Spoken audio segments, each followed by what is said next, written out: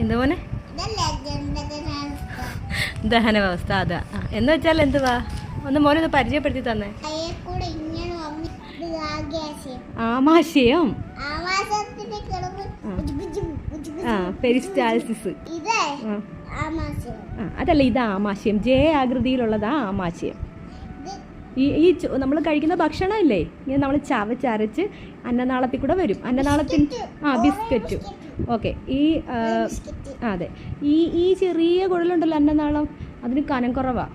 അതിനകത്തൂടെ വന്നിട്ടാ ഈ ജയ ആകൃതിയിലുള്ള ആമാശയത്തിൽ വരുന്നത്.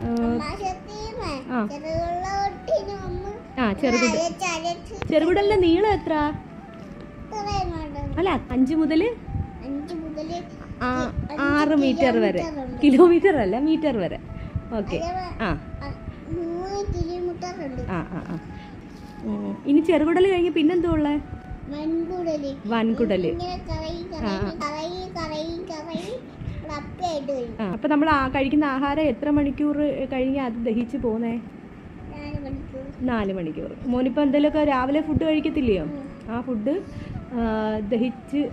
ദഹിച്ച് ദഹന പ്രക്രിയ പൂർത്തിയാവുന്നത്, അതായത് മോൻ കഴിക്കുന്നതെല്ലാം ശരീരത്തിൽ നിന്ന് പിടിക്കണ്ടേ, അത് 4 മണിക്കൂർ വേണം. ഇതൊക്കെ മോൻ വലിയ ക്ലാസ്സിലെത്തുമ്പോൾ പഠിക്കും. ഓക്കെ, ടാറ്റാ.